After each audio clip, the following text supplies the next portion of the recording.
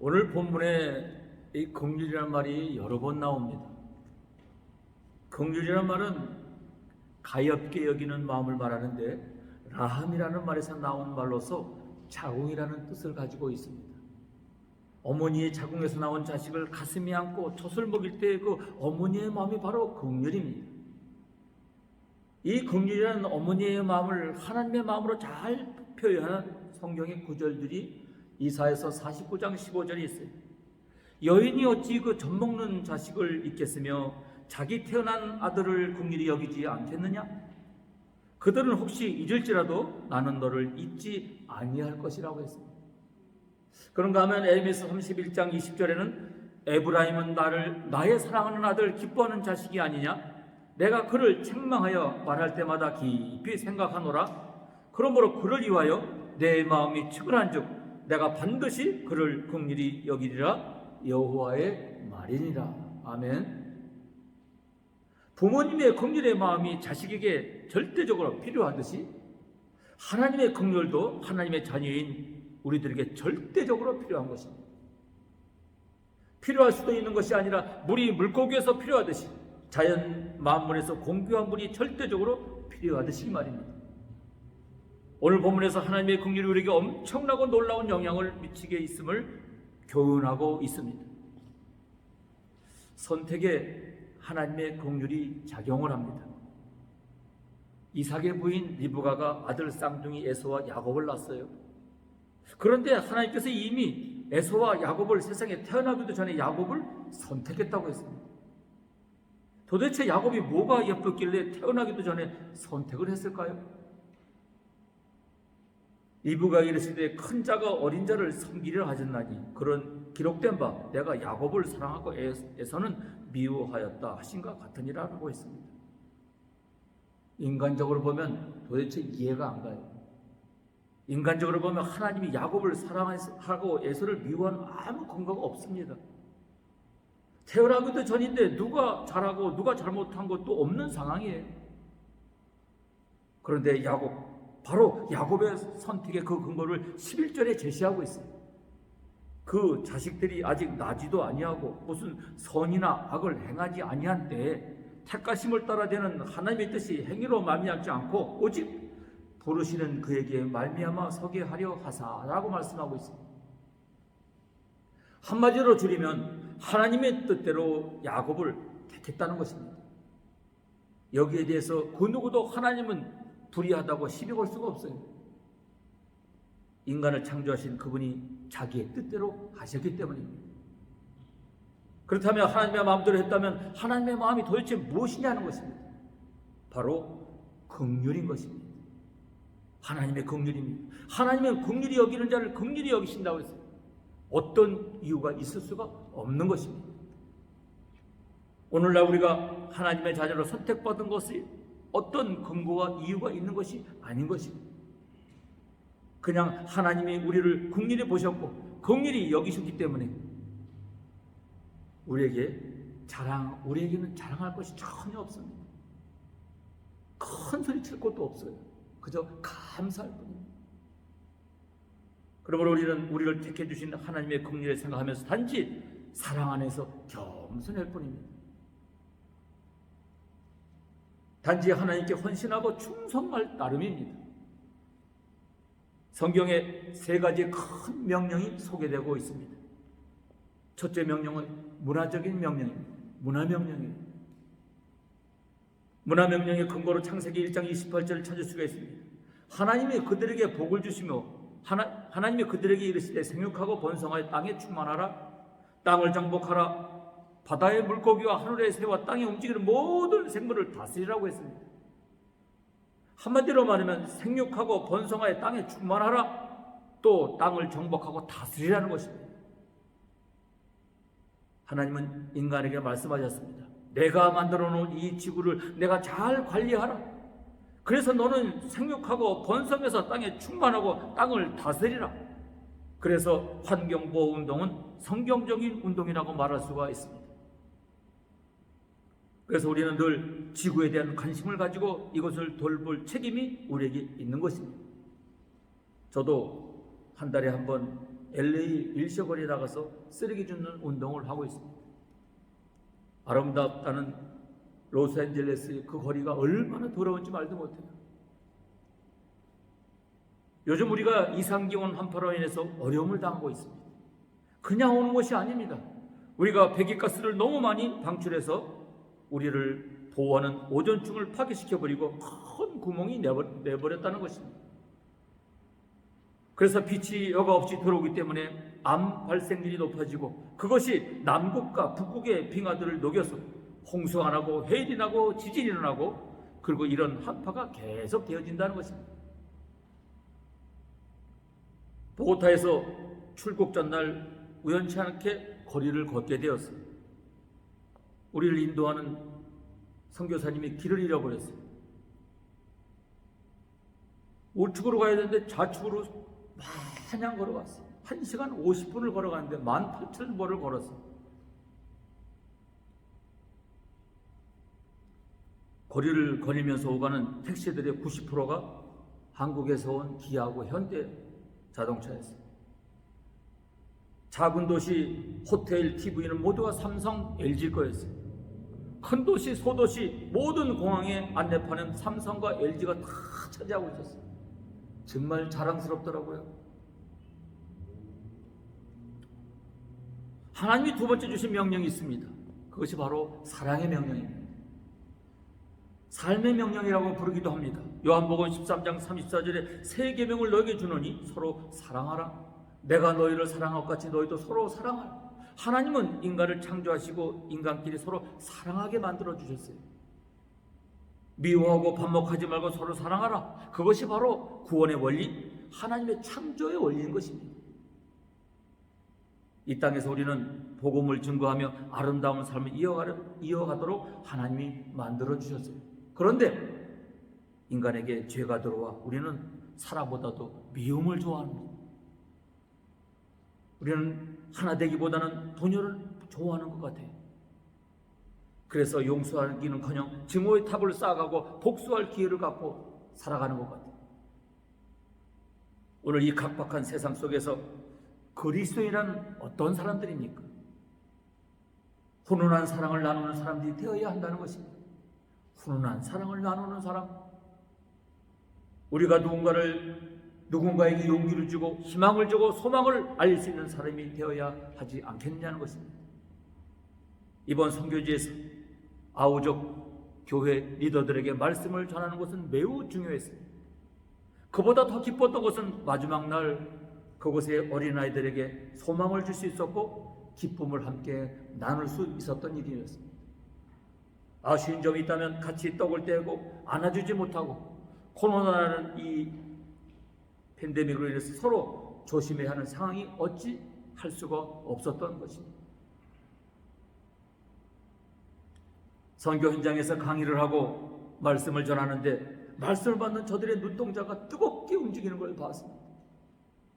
한 말씀이라도 더 들으려고. 정말 이번 콜롬비아 선교지에서 만난 주님을 사랑하는 모든 사람들에게 그들의 눈동자 속에서 정말 그들의 간절한 걸 보았습니다. 그들이 가장 좋다는 옷을 입고 왔는데 볼 수가 없었어요. 그래서 만들어간 티셔츠로 같이 다 통일하게 다 입었어요. 강사도 거기 있는 주민도 선교사 똑같은 옷을 입고 함께 선교에 임했습니다. 콜롬비아의 연합으로 모인 것이 1980년 미국인 선교사 이후 40년 만에 처음이라고 합니다. 여러 곳에 한인 선교사들이 계신데 함께 연합 지체를 인도케 하신 주님의 은혜가 얼마나 놀라웠고 감사한지 모두에게 놀랍고 기쁨의 순간들이었습니다.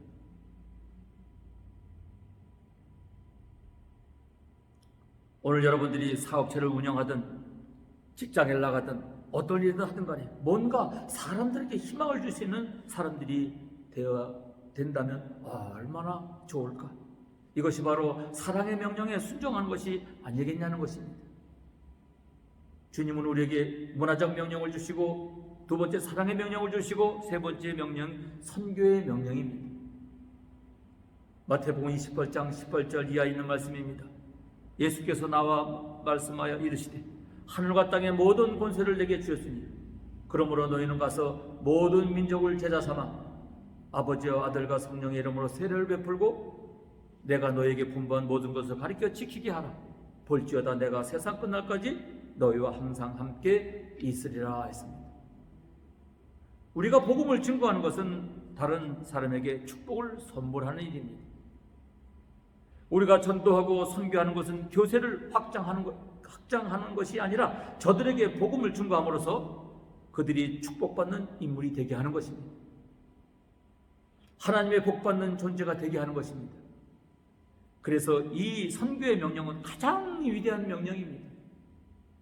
이 선교의 명령 속에 문화 명령이 포함되고 사랑의 명령이 포함되어 있는 것입니다. 그래서 선교의 명령을 지상 최대의 명령이라 부르고 있는 것입니다. 한마디로 이 땅에 교회가 왜 존재합니까? 그것은 바로 이 선교의 명령을 준행하기 위해 교회가 존재한다는 사실입니다. 그리스도인들이 왜 존재해야 되는지 사도 바울이 말합니다. 차라리 내가 더 빨리 죽을 수 있으면 죽어서 주님 곁에 가는 일이 내가 원하지만 내가 죽지 않고 이 세상에 살아있는 이유는 복음을 전하기 위해서라는 것입니다. 예수를 믿고 행복하게 살고 건강하게 살고 승리하는 것도 중요하지만 생명의 복음을 전하라는 명령을 받고 산다는 것, 그것은 정말로 그 이상 좋은 것이 없다는 것입니다. 사도행전 1장 8절에 오직 성령이 너에게 임하면 너희가 권능을 받고 예루살렘과 유대와 사마리아 땅까지로 내 증인이 되라 했습니다. 복음 증거한 것이 우리의 본질이고 주님이 우리에게 임한 사명인 것입니다. 주님은 떠나가면서 11 제자에게 위임하셨고 오늘 우리에게 그 일을 맡기신 것입니다. 그러나 우리 힘으로만 사랑할 수 없고 전도할 수 없습니다. 그러기에 주님이 말씀하십니다. 너희가 내 말을 믿고 순종하고 따르면 그 영혼의 마음이 변화를 받으며 믿고 따라가게 된다는 것입니다. 어떻게 내가 사랑하고 어떻게 내가 전도하겠습니까? 그러나 순종하고 따라가면 그 모든 것을 바꾸시는 분은 여호와 하나님이시고 성령님이신 줄로 믿으시기를 바랍니다. 선교는 하나님이 먼저 시작하신 사건입니다. 그래서 이 땅에 오신 최초의 선교사는 예수 그리스도예요.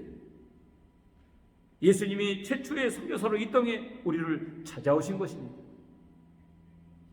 마가복음 1장 14절에 예수께서 갈릴리에 오셔서 하나님의 복음을 전파하여 이르시되 때가 찼고 하나님의 나라가 갖고 왔으니 회개하고 복음을 믿어라 하시더라. 아멘. 예수님은 선교사가 되셔서 우리에게 찾아오셨고 회개의 복음을 증거하셨습니다. 또한 선교는 우리의 이웃과 하나님을 알지 못하는 영혼들에게 복되게 하는 일입니다. 그들의 영혼을 구원시키고 그들의 삶을 복받게 하는 일인 것입니다. 또한 선교는 사탄을 몰아내는 영적 전쟁과 같은 것입니다. 복음이 들어가지 않은 영혼들은 사단과 죄의 지배 가운데 종살이하고 있는 것입니다. 그러나 그에게 생명의 복음이 들어갈 때 그 모든 악한 세력들은 한 길로 왔다 7길로 도망가는 줄로 믿으시기 바랍니다.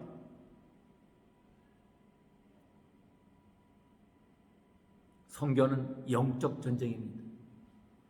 선교사들은 특별히 기도가 많이 필요합니다. 말씀으로 충만하지 아니하면 영적 전쟁에 승리할 수가 없습니다. 그러니까 선교사가 어느 지역에서 일을 하든 우리는 기도로 물질로 영적 전쟁을 치르는 선교사들을 후방에서 지원해주고 때로는 직접 선교지를 찾아 지친 육신을 위해 함께 동역해주는 것입니다. 또한 선교는 궁극적으로 하나님의 나라의 통치를 이루어가는 것입니다. 하나님의 복음을 증거함으로써 하나님의 공의와 정의가 이 땅에 이루어지게 하는 것이 바로 선교인 것입니다. 궁극적으로 우리가 바라는 것이 무엇입니까? 새 하늘과 새 땅입니다. 하나님이 통치하시는 하나님의 나라가 임하기를 간절히 바라는 것입니다. 주기도문에 기도하듯이 그것은 바로 선교로 인해 이루어지는 것입니다. 이번 저희들이 단기 선교 짧은 이 11일간의 일정 속에서 문화명령, 사랑의 명령, 선교의 명령이 이루어졌다고 할 수가 있습니다. 문제는 지속적으로 할 수 있어야 한다는 사실입니다. 특별히 이번 선교여행에 콜롬비아 각처에서 선교하시는 선교사님들과 지역 현지 목회자와 함께 연합 집회를 할 수 있었다는 것이 큰 의미가 있었습니다. 가지고 간 물품들을 나누는 기쁨도 중요했지만 그곳 어린아이들에게 구충제를 다 먹일 수 있어서 너무나도 기뻤습니다. 우리들이 가난한 어린 시절에 구충제를 먹던 때가 생각이 났습니다. 하나님의 긍휼이 응답으로 임했습니다. 구하라 그러면 너에게 주실 것이요, 찾으라 그러면 찾을 것이요, 문을 두드리라 그러면 너에게 열릴 것이라고 했습니다. 하나님은 우리의 아버지이기 때문에 자녀들이 구하는 것을 당연히 주셔야 해요. 우리가 착각하고 있는 부분들이 가끔 있어요. 마태복음 7장 11절에 잘못 이해할 수가 있어요. 11절에 보니까 너희가 악한 자라도 좋은 것을 자식에게 줄 줄 알거든 하물며 하늘에 계신 너희 아버지께 구하는 자에게 좋은 것을 주지 않겠느냐? 아버지와 자녀라는 관계에서 자녀를 바라보는 아버지의 마음입니다. 자녀를 바라보는 아버지의 마음은 사랑입니다. 긍휼입니다. 그러므로 자녀가 구하는 것이 자녀를 향한 아버지의 마음에 어긋날 때에는 주시지 않습니다. 주시지 않는 것이 자녀를 위해서 더 좋을 수가 있기 때문에 우리는 하나님이 나의 아버지라는 이 단순한 생각 때문에 기도하는 자세가 자기의 고집대로 달라고 기도하는 경우가 있습니다. 마치 어린아이가 땡깡을 부리듯이 말입니다. 그러나 기도의 응답이 아니면 또 실망을 합니다. 자기의 기도의 자세는 생각지 하지 않냐고 하나님에 대해 서운한 마음들을 가져요. 그러므로 우리는 기도할 때 하나님의 긍휼을 구하는 자세로 겸손하게 기도해야 될 줄로 믿습니다. 하나님, 나를 긍휼히 여겨주세요. 나를 불쌍히 여겨주세요.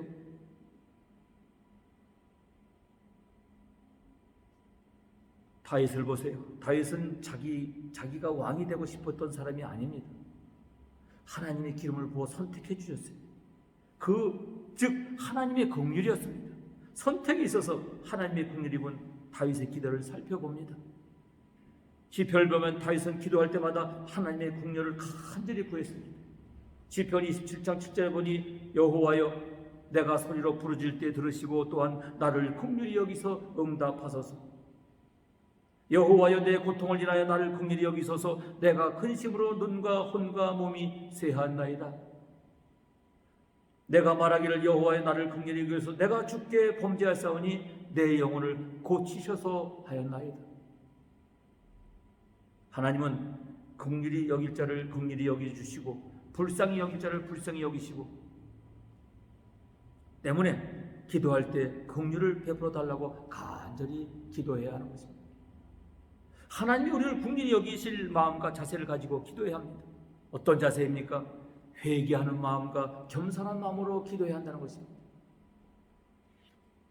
우리가 목표를 향해 달려갈 때 우리가 잘 달려간다고 해도 목표에 도달하는 것이 아닙니다.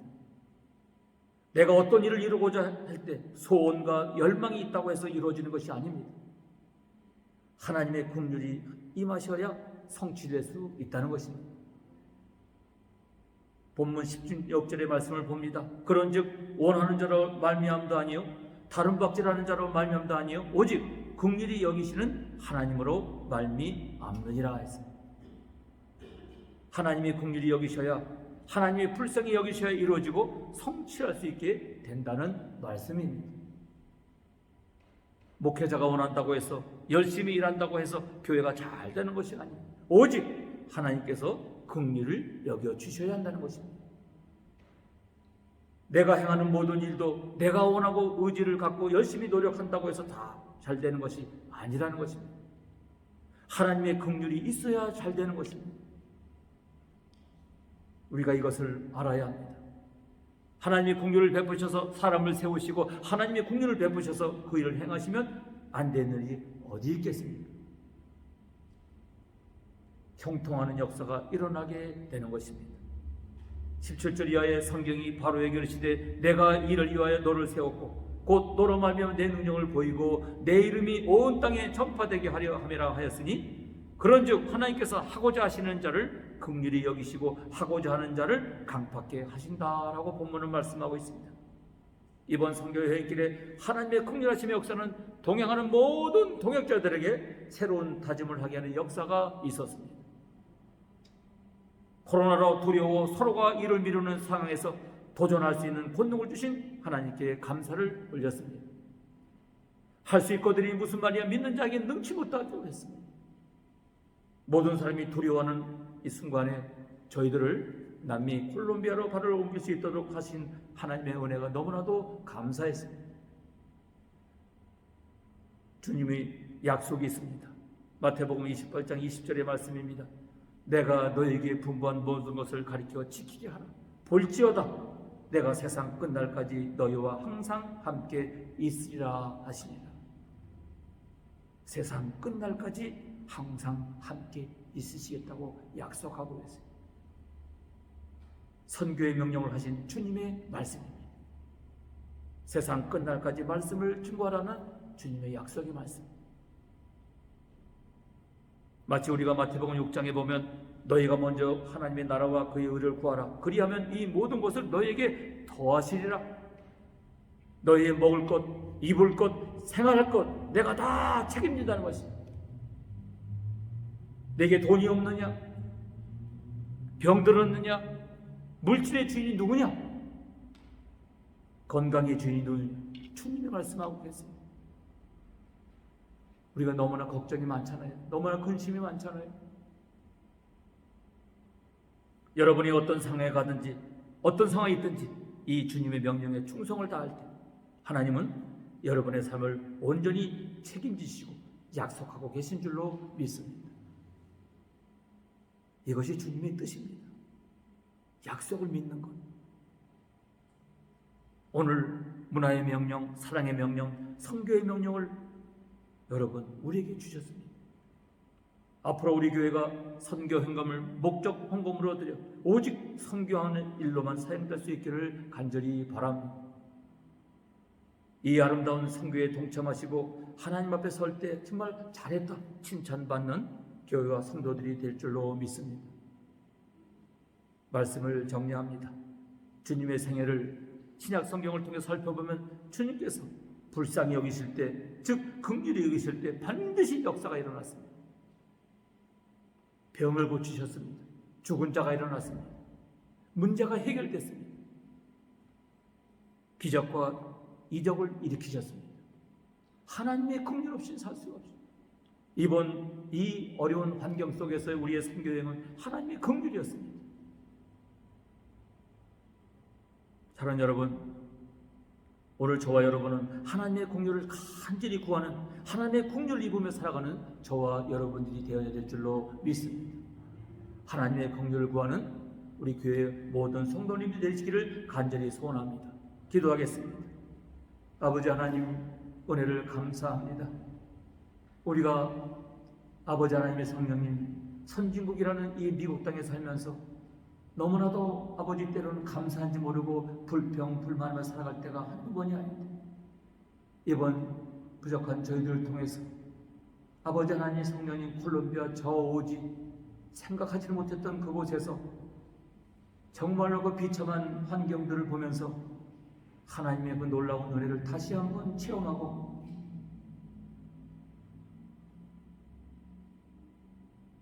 교회가 있는 사랑하는 성도들이 있는 교회에서 오늘 아름다운 이 복된 예배를 드릴 수 있음이 아버지 하나님 감사를 드립니다. 하나님, 그 뜨거웠던 그 선교 현장을 가슴에 품고 아버지 하나님의 성령 새로운 삶을 시작합니다. 이 뜨거움이 아버지 하나님의 성령 우리 교회 모든 성도들에게 전이 될 수 있도록 축복해 주셔서 오늘 내가 무엇을 하며 살아야 되는지를 알게 하시고 오늘 말씀을 생각하면서 하나님의 긍휼 없음을 살 수 없음을 다시 한번 인식하고 문화혁명, 사랑의 혁명, 전도혁명 정말로 하나님이신 이 3대 혁명을 이루어 살아갈 수 있는 우리 교회 모든 성도님들 될 수 있도록 축복해 주시옵소서. 12월 아기 예수 탄생을 기념하는 이 12월입니다. 뜨겁게 서로 사랑하며 아버지 뜻을 이룬 갈보리 새생명교회 모두가 되게 하옵소서. 감사드리며 예수님 이름으로 기도하옵나이다. 아멘.